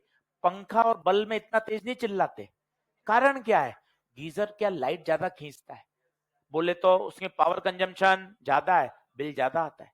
आप गीजर एक बार दिन भर खुला रख दो, एक बार फिर मजे लो, आप दिवाली पे जा रहे हो, दिन भर खुला रख दो, बंदी मत करो। और बार बार किसी ना किसी रूप में बोलते रहो हाँ गीजर चालू है, फिर आप देखो आप क्यों। वो अलग बात है, पिताजी ने मीटर बंद कर रखा है, वो अलग बात है। पर वो क्या होता है, सामान्यता बताते नहीं है, बताते नहीं है पिताजी, और मतलब एक गैप नहीं आ रही, ये वैसे ऐसी नहीं बताते है ना, वो बंद कर रखा उन्होंने, उसमें जुगाड़ रखा मीटर में भी है ना। पर क्या सामान्यता अपने इंडियन कल्चर होता है, पिता बताता नहीं है कि भाई मैं ऐसी ऐसी चोरियां भी करता हूं, है ना, एक इंडियन कल्चर होता है, वो आपको समय पर पता चल जाता है पर आप भी नहीं बोलते अरे हाँ यार बाबूजी अपने यार, है ना। तो एक गैप रहता है ना। बिल्कुल बिल्कुल बिल्कुल। तो मुद्दा क्या है, गीजर, पंखा, ट्यूबलाइट, टीवी सब 220 वोल्ट पे चल रहे हैं, पर सबका क्या अलग है, पावर कंजम्पशन, पावर कंजम्पशन। पूरे भारत में सारे उपकरण 220 वोल्ट पे ही चलते हैं। ये 220 और 100 वॉट, ये 220 वोल्ट और 100 वॉट, इसे मिला के कहा जाता है रेटिंग। क्या कहलाता है? रेटिंग। ये 220 वोल्ट क्या है? इसे बोलते हैं रेटेड वोल्टेज। 100 वॉट क्या है? इसे बोलते हैं रेटेड पावर। अब एक अगला वाक्य सुनना, मजा आएगा, चीजों को समझना। फिलिप्स की कंपनी ने जब इस बल्ब को बनाया तो क्या कहा? क्या कहा कि भैया ये 100 वॉट का पावर कंज्यूम करेगी। कब? जब आप इसको कितना वोल्ट दोगे? 220 वोल्ट। ये 100 वॉट की चमक देगा। कब? जब 220 वोल्ट आता है। कभी कभार आपने देखा होगा रात के समय हल्के से बल्ब डिम हो गए, है ना, कभी कभार ऐसा होता है। बल्ब डिम होने का मतलब क्या है? फ्यूज नहीं हुआ है, डिम हो गया। डिम होने का मतलब पता है? अपन तुरंत बोलते हैं वोल्टेज सप्लाई कम आ रही है। वोल्टेज सप्लाई कम आते ही उसकी चमक 100 वॉट से कम हो गई, खराब नहीं हुआ। तो अच्छे वाक्य बोलो, आप विज्ञान के स्टूडेंट हो। 100 वॉट की चमक कब देगा? जब उसमें 220 वोल्ट आएगा। मान लो वोल्टेज सप्लाई कम आ गई तो पता है क्या उसकी चमक क्या हो जाएगी? कम हो जाएगी। तो चमक कम होने का मतलब खराब नहीं होना है। आपको ये बोलना है कि अच्छा अब इसकी ब्राइटनेस 100 वॉट नहीं आएगी, 100 वॉट से कम। और बाई चांस 220 से ज्यादा आ गया तो बल्ब उड़ जाएगा। इसलिए फ्रिज के ऊपर आपने देखा होगा स्टेबलाइजर लगा रहता है। एसी के बाहर भी स्टेबलाइजर होता है जो वोल्टेज के ऊपर नीचे को क्या करता है? बैलेंस आउट करता है। तो क्या बात है, अगर अगर सप्लाई वोल्टेज, सप्लाई वोल्टेज तेरा 220 से ज्यादा हो गया तो बल्ब विल फ्यूज। अगर सप्लाई वोल्टेज, अगर सप्लाई वोल्टेज मतलब जो घर में आ रहा है वो आपके रेटेड वोल्टेज से कम आ रहा है तो बताइए क्या होगा? Bulb get dimmer. क्या बातें समझ में आ रही हैं? ये एक बेसिक फीलिंग है, सवाल बहुत दूर है, पर तुझे एक बेसिक बात समझ में आनी चाहिए कि अच्छा बल्ब, बल्ब के ऊपर जो बातें लिखी रहती हैं उसे हम क्या बोलते हैं? रेटिंग। रेटिंग से हमेशा क्या निकाला जाता है? रजिस्टेंस। रेटिंग से हमेशा क्या निकालो? रजिस्टेंस। कैसे निकालोगे बताओ? कौन सा फॉर्मूला लगाओगे? अब खुद सोचो। ये वोल्टेज है, ये पावर है, तो कौन सा लगाना चाहिए? P बराबर V square by R. P 100, V 220, R पता नहीं, 0 0 0 0 कटा तो R कितना आएगा? 484। दिस इज कॉल्ड फिलामेंट का रेजिस्टेंस। लिखना शुरू करिए, वापस एक बार धीरे धीरे फिर समझाता हूं। ये बेसिक फंडामेंटल है कि तुझे इतनी बातें समझ में आएंगी तो प्रश्न करने में अलग आनंद आएगा। तुझे ये वाक्य बोलना आना चाहिए। फिलिप्स की कंपनी ने ये बात कहकर बोली है, ये 100 वॉट पावर कंज्यूम तभी करेगा जब इस पर कितना वोल्टेज दोगे? 220। 220 से ज्यादा फ्यूज कम, चमक कम। 220 दोगे बढ़िया काम करेगा, 100 वॉट की चमक देगा। रेटिंग से हमेशा क्या निकाला जाएगा? रजिस्टेंस। आराम से लिखिए, 2 मिनट यहां तसल्ली करिए, सोचिए, फिर धीरे धीरे सवाल में एंटर होते हैं, खूब सारे प्रश्न करेंगे। अच्छा तैयार करना है, बस एम यही है। Power, rated power, rated voltage, ये शब्द बोलिए, रेटिंग। रेटिंग से हमेशा क्या निकालते हैं? रेजिस्टेंस। अब जरा सोचो, ये रेजिस्टेंस कांस्टेंट रहता है। एक बार फिलिप्स की कंपनी ने बल्ब बना दिया तो अब ये फिलामेंट आप रोज खोल के थोड़ा बदलते हो। इसका मतलब है फिलामेंट का रेजिस्टेंस तो वही रहेगा। फिलामेंट का रेजिस्टेंस आप रोज बल्ब खोल के थोड़ा बदल सकते हो। फिलामेंट का रेजिस्टेंस तो वही रहेगा, इसलिए पहले क्या निकाल लेना चाहिए, रेजिस्टेंस, और फिर सवाल को सॉल्व करिए।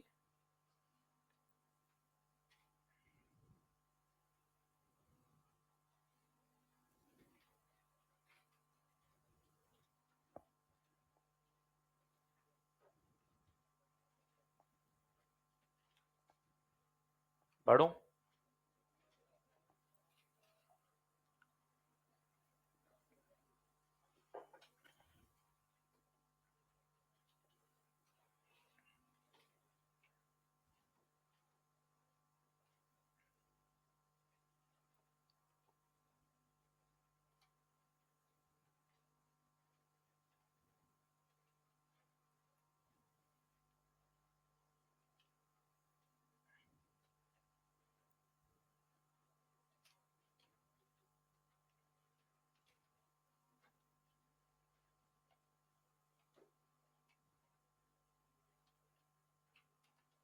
तो आपसे कहना चेक करो बल्ब फ्यूज हो रहा है क्या, आपको चेक क्या करना है, आप उस बल्ब के अक्रॉस वोल्टेज निकाल लो, अगर वोल्टेज रेटेड वोल्टेज से ज्यादा आ जाए, आप इन बातों को समझो। वो कहेगा चेक करो कौन सा बल्ब फ्यूज हो रहा है, तो तुझे परेशान नहीं होना है, तुझे सिर्फ ये बात देखनी है, मुझे उस बल्ब पे क्या निकाल दो, वोल्टेज, अगर वो वोल्टेज उसके रेटेड वोल्टेज से ज्यादा है बल्ब फ्यूज, कम है तो डिम हो जाएगा।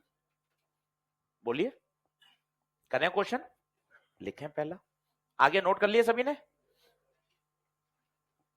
लिखें पहला,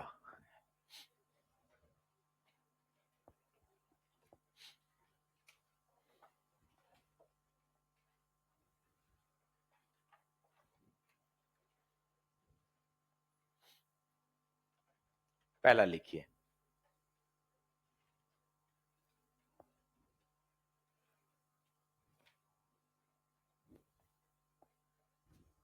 आराम से खुद करिए, गिवन लिखिए, फॉर्मूला लगाइए, सरल है, कहीं कोई रॉकेट साइंस नहीं है। खाली मत बैठिए घर पे, एनसीईआरटी पूरी हो गई, अब पीवाईक्यू कर लो, पीवाईक्यू का भी टेलीग्राम पे पूरा वो फाइल अपलोडेड है, उसका प्रिंट निकाल के पीवाईक्यू शुरू कर दो, किसी का इंतजार थोड़ी ना करना है, एनसीईआरटी शुरू कर दी, चैप्टर खत्म होने को आया। बताइए कितना उत्तर आ रहा है, 700, 807, 807।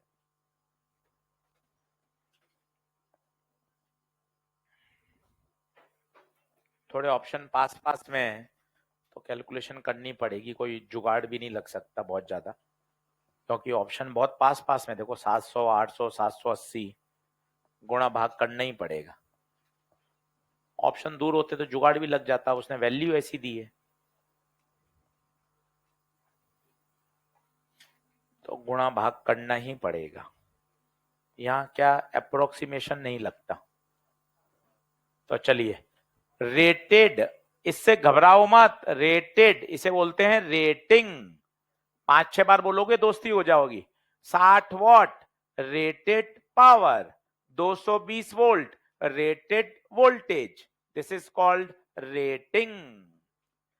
5-10 बार बोलो दोस्ती हो जाएगी, rating 60 what 220 volt rated power rated voltage. वाक्य लिखो, रेटिंग से हमेशा क्या निकालो, आर। सेंटेंस लिखो, जितना लिखते हैं ब्रेन पे इंप्रेशन जाता है, बात लंबे समय तक याद रहती है। रेटिंग से हमेशा क्या निकालो, आर। फॉर्मूला बोलो, P बराबर V square by R, P 60, V 220 into 220, R ये कटा, तो आर 22 इंटू 220 बटे 6, तो 2 से काट दीजिए, 11 और 2 तिया 6, 11 इंटू 220 बटे 3 कितना आ रहा है, 800 ओम, रेजिस्टेंस से ओम आएगा। तो 1 मिनट का ब्रेक लो, 2-3 बार बोलो, रेटिंग से पहले क्या निकालो, रेजिस्टेंस। रेटिंग का क्या मतलब होता है, सेंटेंस बोलो, अगर इस बल्ब को 220 वोल्ट मिलेगा तब ये 60 वॉट की पावर कंज्यूम करेगा। इन सेंटेंस में दम है, आगे जाके सवाल करने मजा आएगा। तो इस वाक्य को बोलिए। रेटिंग का मतलब क्या है? कंपनी ने ये डिजाइन करा है, अगर आप इसको 220 दोगे तब जाके ये इतनी पावर देगा। क्या बात सही है क्या? चलिए अगला लिखिए।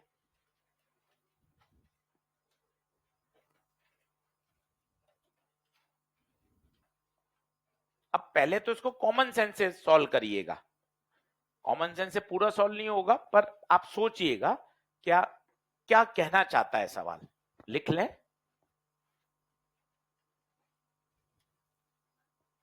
ये स्टार लगा लीजिए। सवाल 2 से 3 बार मल्टीपल टाइम नीट में और जेई मेन में रिपीट हुआ है।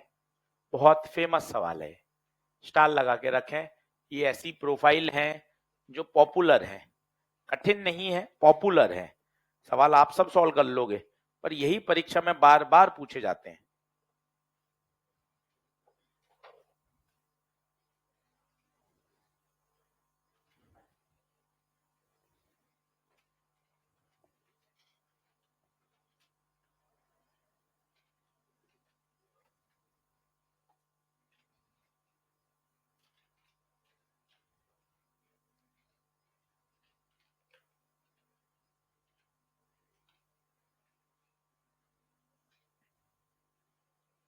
अब हल मत करो, पहले बताओ बल्ब कंपनी ने बनाया कितने के लिए?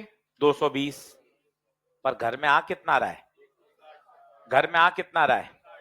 तो आप क्या बोलोगे? आज घर में वोल्टेज सप्लाई कम है तो इसकी चमक 100 तो ये कट जाए। कॉमन सेंस डेवलप करो, उत्तर 100 से कम ही आएगा। क्या आएगा वो तो गणित बता देगी। पहले आप इतना विज्ञान सोचो कि अच्छा ये 100 वॉट की पावर कंज्यूम तब करता जब इसको 200 वोल्ट मिलता, पर इसको 200 वोल्ट नहीं मिला, इसको 160 मिला, तो इसकी चमक 100 वॉट से कम आएगी। पहले तेरे इतना चमकना चाहिए। फिर दूसरा, गुप्ता सर ने बताया है रेटिंग से पहले क्या निकालो? बात खत्म। रेटिंग से पहले क्या निकालो? रेजिस्टेंस। बात खत्म। रेटिंग से रेजिस्टेंस निकाल लो। बोलो पावर बराबर V square by R. Rated power 100, rated voltage 200। तो बता पावर रेजिस्टेंस कितना आया? 400। ये फिलामेंट का रेजिस्टेंस है, ये नहीं बदल सकता। थोड़ा कॉमन सेंस घुसाओ, ये थोड़ा बदलेगा। रोज आप फिलामेंट का रेजिस्टेंस थोड़ा बदल सकते हो बल्ब खोलकर, ये तो वही रहेगा। अब लिखो घर में सप्लाई कितनी आ रही है? घर में सप्लाई 160 ही आ रही है। अब बताओ कितनी पावर? नई power P dash V square by R. V घर में 160 ही आ रहा है, आर तो वही रहेगा 400। आर थोड़ी ना बदल सकता है, फिलामेंट का रेजिस्टेंस है। खत्म। सॉल्व के साथ साथ अप्रोच भी डेवलप करो। सिर्फ सॉल्व करते रहोगे, 100 सवाल बच्चे सॉल्व कर लेते हैं, समझ में नहीं आता कि करना क्या है, क्योंकि हम लगे रहते हैं। 100 की जगह 80 करो, पर एक एक सवाल को कायदे से करो। सवाल क्या कह रहा है, सवाल पूछना क्या चाहता है, लैंग्वेज क्या कह रही है, मैंने ये फॉर्मूला क्यों लगाया है। अपन क्या बस चलते जाते हैं, तो उसका बहुत बड़ा बेनिफिट नहीं है। अपन को ये पता चलना चाहिए कि यार मैं क्यों लगा रहा हूं इस फॉर्मूले को। बताइए उत्तर कितना? 64 आ रहा है। चलिए अगला करिए। अगला करिए। देखिए ये है क्या? कौन सा नंबर है? 6। क्वेश्चन नंबर 6 है भाई। जिसके पास ईएलपी वो छठा देख ले और खुद करे। क्वेश्चन की भरमार है। कल पूरे दिन क्वेश्चन कराऊंगा आपको 1.5 घंटे बैठा के बल्ब के, और एक भी नया कॉन्सेप्ट नहीं है, बस उन्हीं को लगाना है। कल पूरे 1.5 घंटा सिर्फ बल्ब पढ़ाऊंगा। आज आप घर जाके पढ़ेंगे तो कल 1.5 घंटे और क्वेश्चंस को करने में आपको और आनंद आएगा।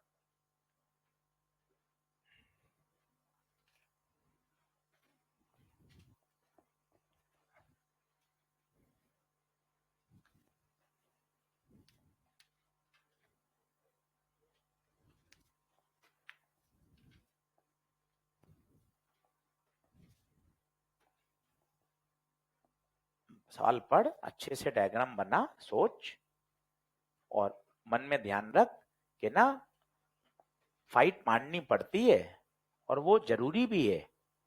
कभी भी ऐसा नहीं होगा कि सब चीजें अपने अकॉर्डिंग सेट मिलेंगी, नहीं होता ऐसा। कुछ भी आगे करोगे, कोई बिजनेस डील भी कर रहे हो, कोई बिजनेस भी करोगे, स्टार्टअप भी करोगे, मेडिकल लाइन में भी जाओगे, कुछ भी, हर जगह अपन को अपनी जगह बनानी पड़ती है फाइट करके।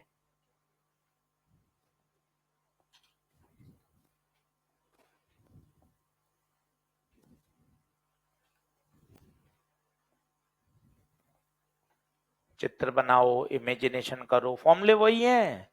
आप 350 बच्चे बैठे हो, फॉर्मूले वही हैं, सबको याद है। V square by R I square R, V square by R I square R, यही फॉर्मूले। और कहां से लाओगे नए फॉर्मूले?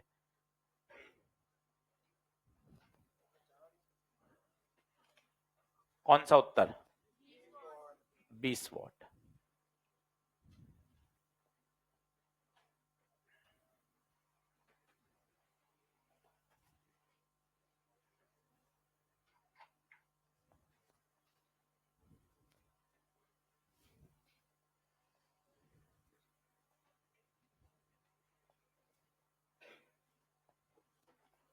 ईएलपी नहीं है, इतने दिन हो गए आते हुए, चलता नहीं है से। थोड़ा डेडिकेशन दिखाना पड़ता है जीवन में, नहीं तो कैसे अपन पता क्यों कर रहे हैं पढ़ाई। डेडिकेशन। अब और बड़ी गलतियां कर रखी हैं तूने। पहली, एनसीईआरटी नहीं करी थी अभी तक, वो गलती चल रही है। फिर एनसीईआरटी कल भी नहीं करी, कल पूरी एनसीईआरटी कराई थी, वो भी गलती करी। तो कितनी गलतियां ऐड होनी हो जाएंगी। 100 गलती से ऊपर होती है तो मामला क्रॉस लग जाता है। 90-95 हो चुकी है। समझ बात, थोड़ा सा सोच कि यार मैं क्या कर रहा हूं, मैं मतलब जीवन में मुझे क्या करना है। अपन ईएलपी नहीं ला रहे, अपन पढ़ाई नहीं कर रहे, सूत्र याद नहीं कर रहे, एनसीईआरटी अपन ने खरीदी नहीं, अपन सोच रहे हैं कुछ अलग ही दुनिया में जी रहे हैं कि बस हो जाएगा, लग जाएगा तुक्का। चलिए बढ़े आगे, देखें क्या कह रहा है सवाल। 3 बल्ब हैं जो कि सीरीज में लगाए हुए हैं। अब ये क्या है, 60 वॉट 200 वोल्ट क्या है? ये इसकी रेटिंग है। मुझे तो कुछ समझ में नहीं आता, मेरे तो दिमाग में सेट है रेटिंग से रजिस्टेंस, बाकी सवाल की ऐसी तैसी कराई। मेरे तो दिमाग में सेट है रेटिंग से क्या निकालना, रजिस्टेंस। मुझे आगे समझ में नहीं आता। रेटिंग बोले तो रजिस्टेंस, तो पहले उस बल्ब का क्या निकाल लो, रजिस्टेंस। बताओ कितना आएगा? तो 60 वॉट 200 वोल्ट, तो P बराबर V square by R, R बराबर वी स्क्वायर बाय पी। तो 200 इंटू 200/60 कितना आ रहा है बताइए? तो फ्रैक्शन में ले लो, पूरा मत सॉल्व करो। 2000/3 फ्रैक्शन में ले लो ना, क्योंकि सवाल आगे और भी सॉल्व होगा। ये रेजिस्टेंस आ गया। अब वो कह रहा है तीनों को किसमें लगाया, सीरीज में। पहला बल्ब, दूसरा बल्ब, तीसरा बल्ब। 2000/3, 2000/3, 2000/3। अब सीरीज में लगाया, कितने वोल्ट लगाया नीचे, 200। अब आपसे पूछा है पावर ड्रॉन बाय देम, तो कौन सी पावर पूछी है? टोटल पावर ही तो पूछी है कि तीनों मिलकर कितनी पावर को ड्रॉ करेंगे। तो अब बता, P बराबर V square by R, R कौन सा लेगा, आर नेट। अब बता तीनों किस में है, सीरीज, सीरीज में बता क्या हो जाएगा, 3R हो जाएगा, 3R हो जाएगा, आर आर आर 3R। बोलो हाँ है क्या? ये आ गया आपका आर नेट, यहां डाल दो V 200 आर नेट 2000। बता कितनी पावर आएगी? टक टक टक टक 20 आएगा भाई, 20 आ रहा है।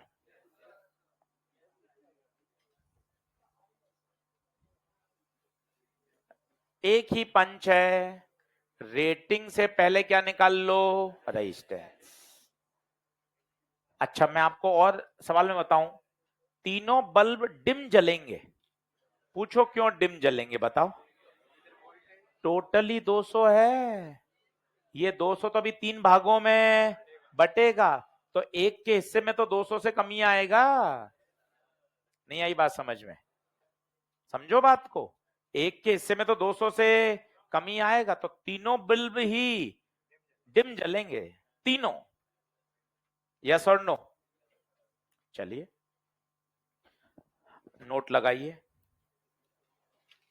नोट लगाइए। अपने घरों में बोले तो डोमेस्टिक सप्लाई जो होती है, अपने घर में सभी इंस्ट्रूमेंट, सभी अप्लायंसेस पता है किस में होते हैं? पैरेलल में। ये कॉमन सेंस, एक जनरल नॉलेज का सवाल है, आना चाहिए। ये आपके मेन सप्लाई आ रही है, जहां आपके घर में मीटर लगा हुआ है, जो सरकार की जो लाइट का कनेक्शन आता है वो सबसे पहले मीटर से जुड़ता है, ये मीटर है। इसके बाद जोड़ते हैं फ्यूज, ये ध्यान दीजिए फ्यूज। आजकल तो एमसीबी बन गई है, पर कभी आप दादाजी के घर जाएं तो वहां फ्यूज लगे हुए हैं बड़े बड़े। आपने कभी देखा हो फ्यूज उड़ जाता है तो जो वायर है वो मेल्ट हो जाता है, तो पिताजी या दादाजी आपने देखा होगा फ्यूज होने पे एक नया वायर लगाते हैं। आजकल तो एमसीबी आ गया है, पर कंफर्ट हो गया है, एमसीबी ट्रिप हो जाती है, आप जाके बस ऊपर कर देते हो, लो साहब। जबकि अभी तो एमसीबी आई है, पहले चलता था फ्यूज, नॉर्मल फ्यूज, बड़े बड़े फ्यूज आपने देखे हो तो कभी उसको निकाल के देखें तो उसमें एक तार जुड़ा हुआ होता है। जैसी करंट एक्सेसिव आती है ना, तो वो क्या हो जाता है? मेल्ट हो जाता है। मेल्ट होते ही वो सर्किट को क्या कर देता है? तोड़ देता है, ब्रेक कर देता है, और अंदर के सारे इंस्ट्रूमेंट सेफ हो जाते हैं। एमसीबी भी तो ये करती है। अब आप एमसीबी एमसीबी बोल रहे हो, भाई साहब अपन को पता ही नहीं एमसीबी होता क्या है। Miniature circuit breaker. भाई अपन नहीं जानेंगे तो आप में और जो आपके दोस्त ने आर्ट्स कॉमर्स लिया था, फिर उसमें डिफरेंस क्या है? वो भी एमसीबी बोलता है, तू भी एमसीबी बोलता है, तो तुझे पता तो होना चाहिए भाई ये अंतर क्या है। फिर मतलब क्या, पिताजी इतना खर्च कर रहे हैं साइंस लाने के बाद, थोड़ी शर्म भी तो कर। एमसीबी, हाँ एमसीबी, एमसीबी क्या नहीं पता? मिनिएचर सर्किट ब्रेकर, वो सर्किट को ब्रेक कर देता है, और क्या होता है? अंदर सारे इंस्ट्रूमेंट क्या हो जाते हैं? सेफ हो जाते हैं। पहले जमाने में क्या चलता था? फ्यूज। इसे बोलते हैं circuit protection device, circuit protection device है। फिर इसके बाद जो भी चीजें हैं घर में आपके, bulb, fan, cooler, AC, TV, जो भी, सब सब किस में लगे हुए हैं? पैरेलल में, सब पैरेलल में,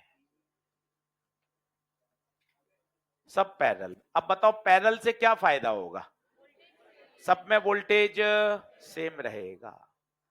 अपने घर में आ रहा है कितना वोल्टेज? 220, तो सोचो ये 220 सारा का सारा सभी पर कितना जाएगा? 220। तो ये बहुत ध्यान से समझिएगा, घरों में कौन सी सप्लाई? Domestic, parallel. सारे अप्लायंसेस किस में है? पैरेलल। मजे की बात है, फ्यूज सीरीज में है, देखो फ्यूज सीरीज में है। कारण क्या है?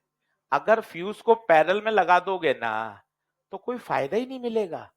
अगर जैसे आपने देखा हो घर पे कोई बल्ब फ्यूज हो गया, तो क्या सारे कमरे के बल्ब खत्म हो जाते हैं क्या? ना। क्यों? कोई अगर बल्ब फ्यूज हो गया, मान लो ये पंखा फ्यूज हो गया, खराब हो गया, तो बस ये सर्किट टूट जाएगा, बाकी तो सब चलते रहेंगे। अगर आप सीरीज में लगा देते बल्ब, पंखा, ट्यूबलाइट, मान लो एक भी खराब होता तो सारे के सारे खराब नहीं होते, सब बंद हो जाते, क्योंकि सर्किट ब्रेक हो जाता। समझिए बात को। फ्यूज को सीरीज में लगाया है। क्यों सीरीज में लगाया, जरा सोच, दिमाग लगा। अगर फ्यूज मेल्ट हो गया, एकदम कभी एक्सेसिव करंट आ गई, फ्यूज मेल्ट हो गया, ये इसने सर्किट को यहां से तोड़ दिया। अब इससे फायदा क्या हुआ, करंट जाएगी नहीं, आपके सारे उपकरण बच गए। ये फ्यूज का फायदा है, ये एमसीबी का फायदा है। एमसीबी हमेशा, फ्यूज हमेशा किस में लगता है, सीरीज में लगेगा। बाकी सारे उपकरण किस में है, पैरेलल में। समझिए बात को। तो फ्यूज, फ्यूज यहां लगा हुआ है, फ्यूज का नाम circuit protection device, main supply के किस में लगेगा, सीरीज में। बाकी सारे बताओ किस में लगेंगे, पैरेलल।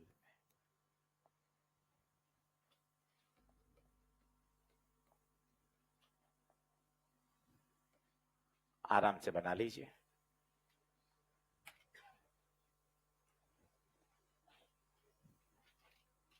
अच्छा, एक और कॉमन सेंस से बताना,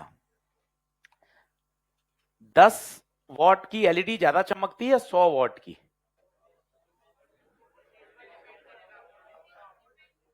अरे वोल्टेज तो पूरे भारत तुम्हारे घर में अलग आता है क्या, 220 ही तो आता है।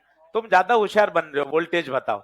है, बाजार से जब एलईडी खरीद के लाते हो, एक 10 वॉट की है, और जो सामने शर्मा जी रहते हैं वो 50 वॉट की लगाते हैं, उनके पास पैसा ज्यादा है ना, तो वो तो ज्यादा तो चमक कहाँ ज्यादा है, 50 पे या 10 पे, 50 पे।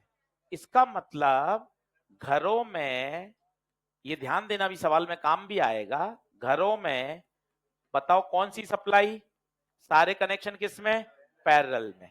और पैरेलल में जिस बल्ब का, जिस बल्ब का पावर ज्यादा, उसकी चमक भी ज्यादा। ये कॉमन सेंस है। इसका क्यों मैं भी कुछ समय बाद दूंगा आपको, पर आप ये कॉमन सेंस से भी सवाल कर सकते हो। ये तो आपने खुद फील करा है। एक 5 वॉट की एलईडी, मंदिर में आपने देखा होगा, हम छोटी एलईडी लगाते हैं मंदिर में एकदम अलग, 2 वॉट की, 5 वॉट की, जबकि लिविंग रूम में 100 वॉट का एलईडी लगा हुआ है, तो 100 वॉट की चमक ज्यादा है। शोरूम में आप जाते हैं, इतने सारे हाई वोल्टेज के बल्ब लगा रखे हैं, एकदम चमाचम हो रहा है। इसका मतलब क्या हो रहा है, जितना हाई वोल्टेज होगा उतनी उसकी ब्राइटनेस भी ज्यादा। तो ये अभी सवाल में काम आएगी ट्रिक। और ये आप ऐसे सोच सकते हैं, हाँ यार उल्टा सोचेंगे, घरों में कौन सा कनेक्शन होता है, पैरेलल। और पैरेलल में यार ये तो मैं खुद ही सोच रहा हूं, जिसका वॉट ज्यादा होता है उसकी चमक भी ज्यादा होती है। चमक मतलब ब्राइटनेस, चमक मतलब ब्राइटनेस। बोलिए क्या आगे बढ़े क्या।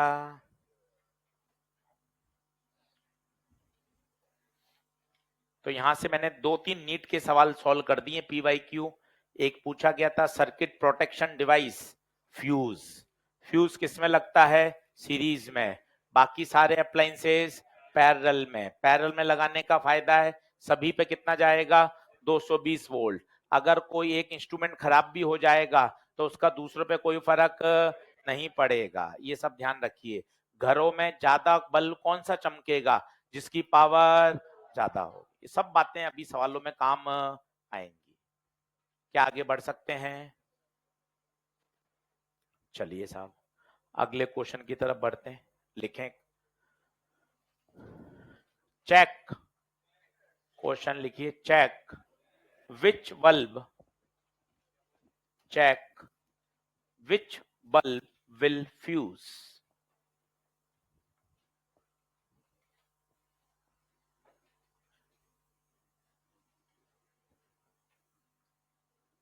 डायग्राम बना लीजिए।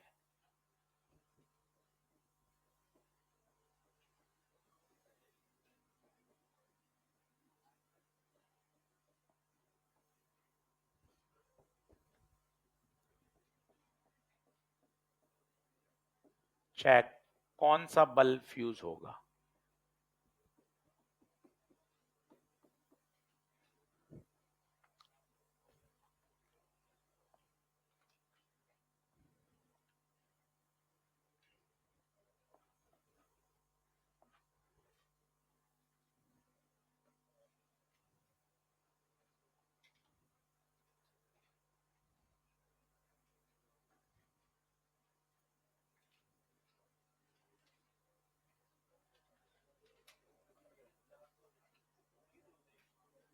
B1 B2? आंसर है दोनों। सोचो, नीचे आ गया 400 और ऊपर दोनों बल्ब किसमें है? पैरेलल में। 400 बटेगा थोड़ी ना, 400 दोनों में जाएगा बराबर। पैरेलल में वोल्टेज सेम रहता है भाई, दिमाग लगाओ। 400 दोनों बल्ब पैरेलल में है, दोनों पे 400 चला जाएगा, जबकि उसकी औकात कितनी है? 200 वोल्ट। तो आपको लिखना पड़ेगा दोनों बल्ब के अक्रॉस, दोनों बल्ब के अक्रॉस जो वोल्टेज आएगा वो 400 वोल्ट है, जो कि इसकी रेटेड वोल्टेज से ज्यादा है, इसलिए दोनों बल्ब फ्यूज होंगे, दोनों बल्ब फ्यूज होंगे। आराम से समझिए, कितना बेसिक सा सवाल है, पेन भी नहीं चलाना, मौखिक कर सकते हो। ऑप्शन आएगा B1 fuse, B2 fuse, both fuse, none of these. तो आपको देना चाहिए कि अच्छा 400 है, दोनों पे 400 400 जाएगा, और 400 उसकी औकात से ज्यादा है। उसकी औकात कितना सहन करने की है? 200। औकात का मतलब है रेटेड, रेटेड। पूरा वाक्य लिख लीजिए और लिख लीजिए दोनों बल्ब पैरेलल में हैं। दिक्कत क्या, अपने नोट्स हैं, अपन को पता है कि फिजिक्स में अपनी कितनी हालत खराब है, तो पता ना आप लिखते ही नहीं हो। वहां लिखो ना दोनों बल्ब पैरेलल में हैं, पैरेलल में वोल्टेज सेम रहता है। शर्म आती है तुम्हें सेंटेंस लिखने में, बाद में जाके घर में उलझते रहोगे, इधर उधर भागते फिरोगे, तब नहीं, अभी नहीं लिख सकते। दोनों बल्ब पैरेलल में हैं, पैरेलल में वोल्टेज सेम रहता है। इतना बारीक छोटा सेंटेंस लिखने में क्या सर, ये लिखूंगा मैं, मेरा लेवल बहुत ऊपर है, आप नहीं पकड़ सकते मुझे। चलिए अगला, अगला लिखिए, अगला लिखिए, अगला लिखिए।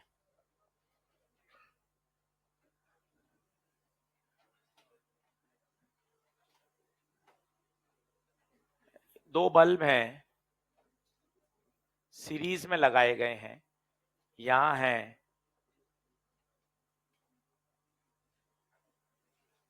200 वोल्ट, ये बल्ब B1 है, ये बल्ब B2 है, और आपसे कहा गया है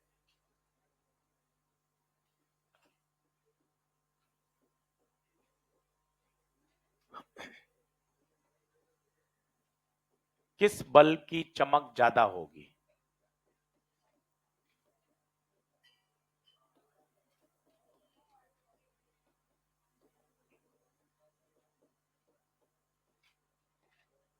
एक 100 वाट का बल्ब है, एक 50 का है। एक उत्तर आया 100, पर वो 100 नहीं हो सकता, क्योंकि 100 की तो तब ज्यादा होती है घरों में, क्योंकि पैरेलल होता है, यहाँ पैरेलल नहीं है। तो वैसे तो उल्टा आंसर आप कॉमन सेंस से दे सकते हो, पैरेलल में घरों में ज्यादा वोल्टेज की होती है, तो सीरीज में कम वाले की होगी, ये तो कॉमन सेंस है। पर करके देखिए कितनी है। प्रश्न क्या है मैं समझाता हूं, पहले आप नोट करिए, क्वेश्चन को एलोबरेट करिए, बोलिए, क्वेश्चन के साथ दोस्ती करिए। दो बल्ब हैं, दोनों सीरीज में हैं, नीचे सप्लाई वोल्टेज है, आपको पूछा गया है किसकी चमक ज्यादा होगी। तो पहला प्रश्न है, सर मैं चमक के लिए क्या निकाल लूं? क्या मैं माइटोकॉन्ड्रिया निकाल लूं क्या पहले? नहीं भाई, चमक के लिए क्या होगा? चमक के लिए बोले तो पावर डिसिपेटेड, जिसकी पावर डिसिपेटेड ज्यादा, उसकी चमक भी ज्यादा। कितनी बेसिक बात है, आप ये तो अपने आप से बोलोगे ही ना, यार चमक के लिए मुझे क्या निकालना है? चमक के लिए मैं मैग्नेटिक फील्ड निकाल दूं क्या? चमक के लिए मैं क्या निकालूं? तो कितना बेसिक सवाल है। अच्छा, चमक मतलब पावर डिसिपेटेड, जिसकी पावर डिसिपेटेड ज्यादा, उसकी चमक भी ज्यादा। बहुत फंडामेंटल लेवल पे फिजिक्स सीखनी पड़ती है कि भैया ब्राइटनेस किसके प्रोपोर्शनल होती है? पावर डिसिपेटेड के, सबसे बेस्ट। अब पावर कैसे निकालें, जरा खुद सोचिए। रेटिंग से पहले क्या निकालो? रेजिस्टेंस। रेटिंग से क्या निकालो? रेजिस्टेंस निकालो, रेजिस्टेंस दोनों का। फिर वोल्टेज डिवीजन लगाओ, काम हो जाएगा। सवाल थोड़ा सा लंबा है, कैलकुलेशन ज्यादा है, पर एक बार करना जरूरी है।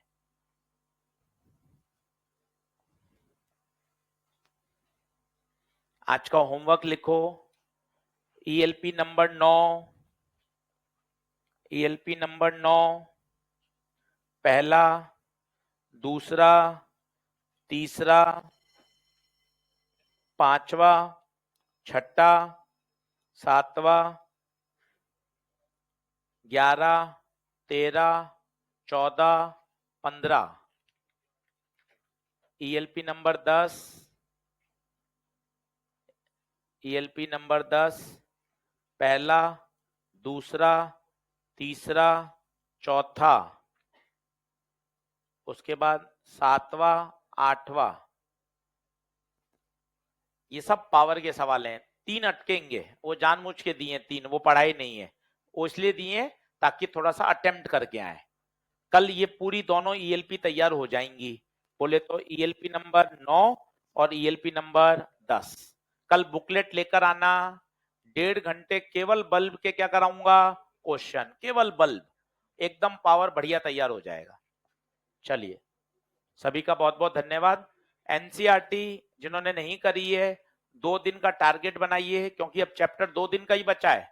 चैप्टर के खत्म होने से पहले आपकी एनसीईआरटी तैयार हो जानी चाहिए।